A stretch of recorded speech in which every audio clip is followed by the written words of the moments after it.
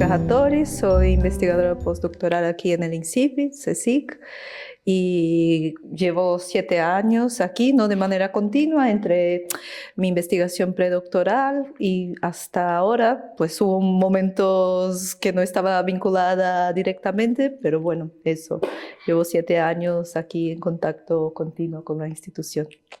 ¿Tuviste, de hecho, una experiencia postdoctoral fuera del CSIC? Sí, sí, en la Universidad del País Vasco y aproveché para hacer un periodo de estancia en la Universidad do Minho, en Portugal, y después volví acá al INCIPIT, sí. Yo me llamo Felipe Criado, soy profesor de investigación en el CSIC desde el año 2000-2001, creo que tomé posesión.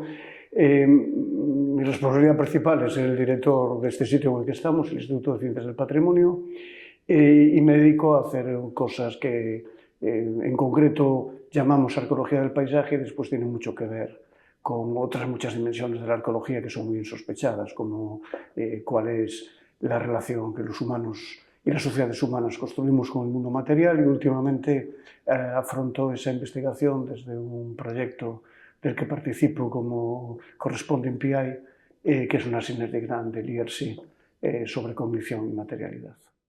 ¿Y cómo ves así como hitos de tu carrera investigadora? ¿Qué proyectos te movieron mucho y qué te acuerdas ahora? Uno primero, que era en realidad continuidad de lo que habíamos estado haciendo, hablo en plural porque no era yo solo, éramos mucha gente, algunos de los cuales ahora son investigadores de plantilla también en el CSIC, no solo en este instituto, sino en otros. Entonces, continuando una trayectoria que tenía ya 10 años, entre el 90 y el 2000, el primer hito fue eso, una orientación sobre todo hacia el patrimonio, conciliando la aproximación e investigación fundamental con la investigación aplicada y la perspectiva de rendimiento social. Un segundo que fue un giro al abandonar esa línea, pero insistir más en qué significa una investigación fundamental sobre la cadena de valor del patrimonio, y un tercer hito posibilitado ahora por esta Synergy Grant X-Scale Material Minds, que trata con el ámbito material del patrimonio, con la dimensión material del patrimonio, cómo esto interacciona con la cognición. Son los 3 hitos que resaltaría.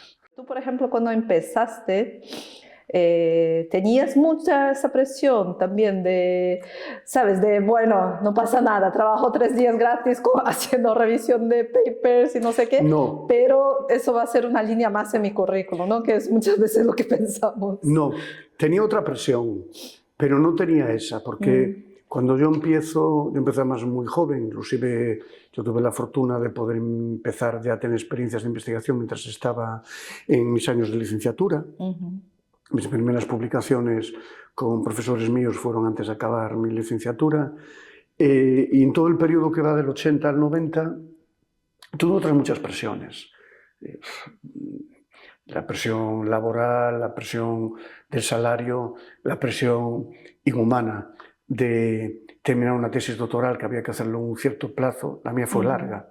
De hecho, yo estuve casi 8 años, 7 años largos trabajando con tesis doctoral, porque llegué a tener 12 horas de clases semanales y 280 alumnos.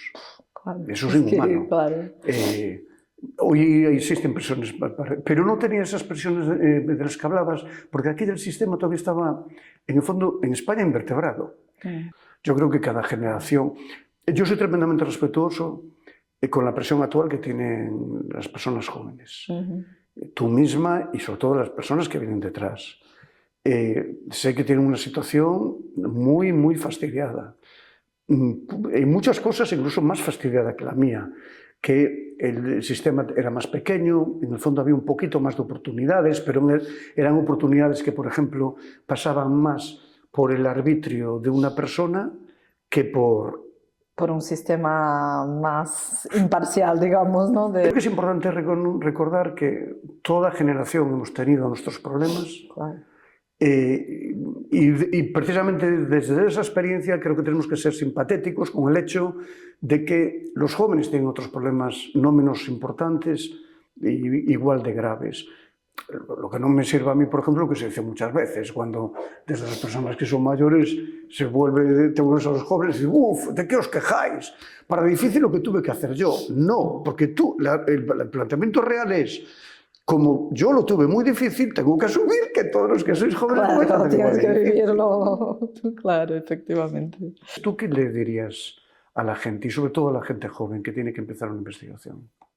Creo que el consejo, yendo a tu pregunta, que yo dejaría a la gente que quiere investigar o que está investigando, es que hacer investigación tiene que generarte una cierta pasión, ¿no? Porque investigación, sabemos, tarda muchísimo, llevan años, y si no es algo que te mueve socialmente, políticamente, es que no tiene ningún sentido y va a ser lo peor, o sea, lo más aburrido que puedes hacer, ¿no?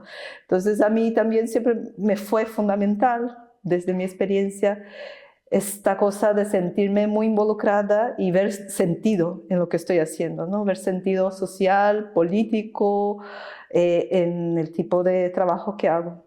Entonces eso para mí es fundamental, incluso porque, por ejemplo, con la propia tesis o mismo cuando estaba trabajando como técnica en arqueología haciendo un informe.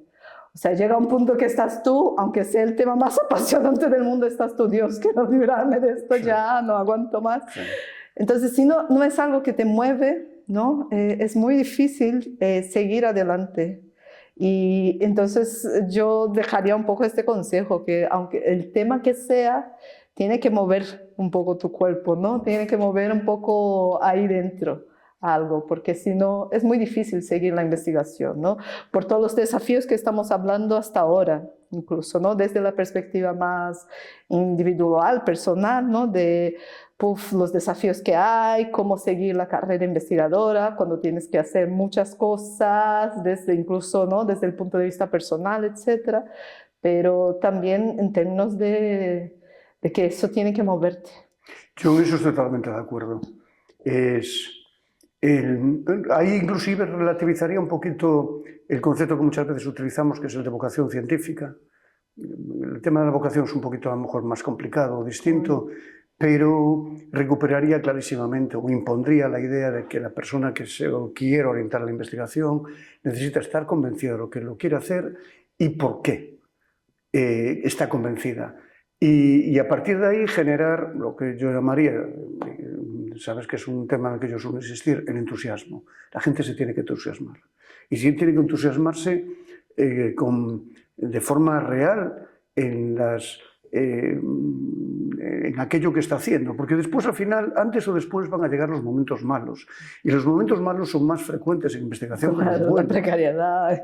La precariedad, la dificultad, la inseguridad de dónde vas a poder llegar, y mientras tanto, en el trabajo de campo, en el laboratorio, en la biblioteca, tienes otros problemas de que no me sale el trabajo, los datos no terminan de responder a mi hipótesis. Es decir, los momentos malos son constantes. La única forma de sobrevivir esos momentos es, de hecho, el entusiasmo. Y hoy que nos preocupa tanto, con razón, el tema del deterioro personal y psicológico vinculado al trabajo de investigación, creo que la primera barrera, individualmente hablando, la primera barrera para evitar eso es por el propio entusiasmo personal.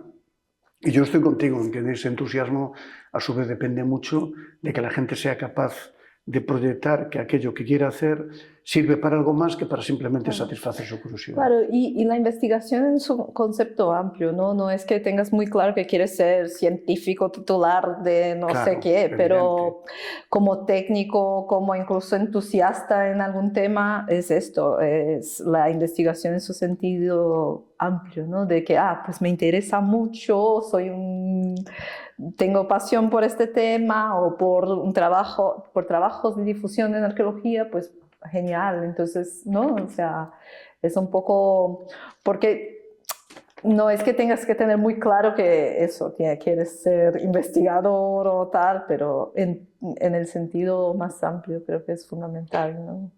Bueno, dijiste lo que precisamente comentaba yo y no quería mucho entrar en ello. Esa es la razón por la que yo no insisto tanto en la vocación, en la vocación científica, del científico que quiere ser catedrático, etcétera, etcétera, o descubrir tal cosa. Y es más importante, en cambio, el entusiasmo del personal investigador, el personal de formación, el personal técnico, hasta diría del personal en administración, que está trabajando en nuestros institutos, el entusiasmo por estar haciendo algo que crees que es más importante que aquello concreto, que forma parte de algo más importante que aquello concreto que tú estás haciendo.